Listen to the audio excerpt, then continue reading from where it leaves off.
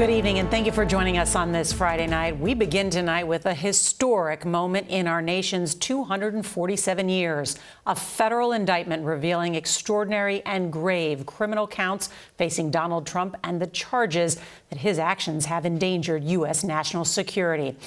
This is it right here, the 49-page indictment. It was unsealed today for everyone who wants to read it, and it is breathtaking in its scope and devastating in its detail.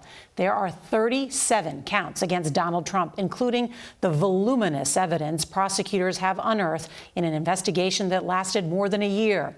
We are also seeing for the first time photos of boxes containing America's most sensitive secrets scattered across Mar-a-Lago. One picture shows documents spilled onto the floor. The evidence also includes tape recordings of a conversation in which Donald Trump showed a group of people without the proper clearance highly sensitive military plans. And the concern is this: if such a plan were to be compromised or leaked, it could significantly endanger our U.S. military troops. Well, the indictment today also accuses Trump of illegally holding documents concerning the U.S. nuclear program and more top-secret Pentagon plans. We have full coverage and analysis of the indictment, and CBS's Catherine Herridge will start us off from outside the Department of Justice. Good evening, Catherine.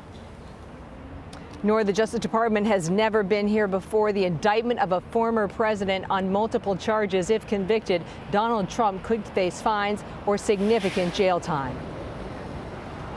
The 49-page indictment says Donald Trump and a longtime aide, Walt Nauta, engaged in a conspiracy to keep classified documents he had taken with him from the White House and to hide and conceal them. These new photographs from court filings show government documents strewn throughout Mar-a-Lago, boxes stored in a public ballroom, piled carelessly in a bathroom, tucked under a water pipe, and tossed on a storage room floor. Some of the documents prosecutors say were marked top secret, off limits to foreign nationals. Some relating to nuclear weapons capabilities of the U.S. and its adversaries, as well as sensitive U.S. military planning. Our laws that protect national defense information are critical to the safety and security of the United States, and they must be enforced.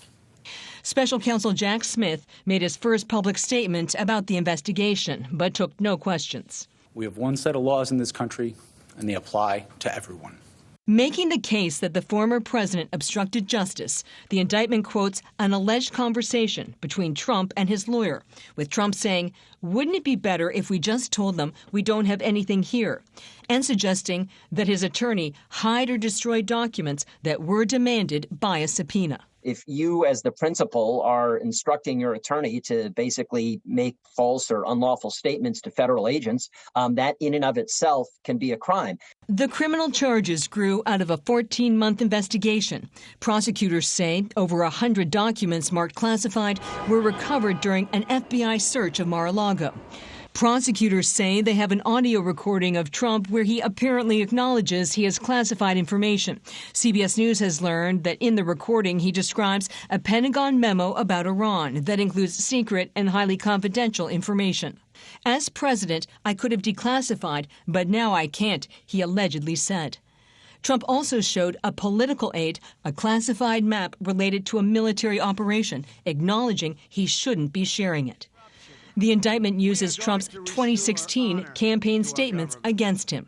In my administration, I'm going to enforce all laws concerning the protection of classified information. No one will be above the law. Thursday night, Mr. Trump began fundraising off his indictment.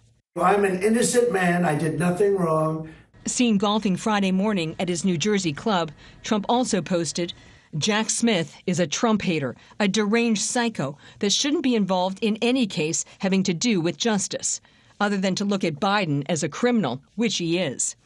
Trump's rival for the Republican nomination, Florida Governor Ron DeSantis, came to his defense, calling the charges a weaponization of federal law enforcement.